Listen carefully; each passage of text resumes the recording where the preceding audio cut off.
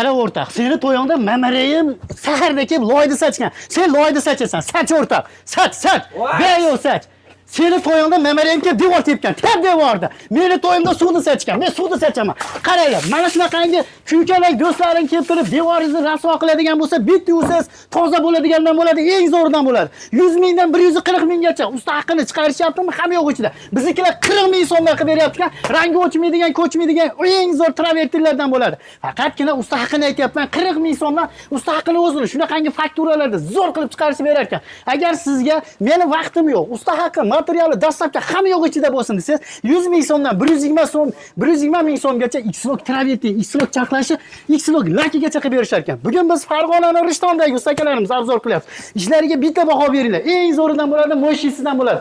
Menga materialni olib beraman, usta haqini o'zini bermoqchiman deganlarga tayyor devorga 40 ming so'mdan mana shu holatda qilib berishar ekan.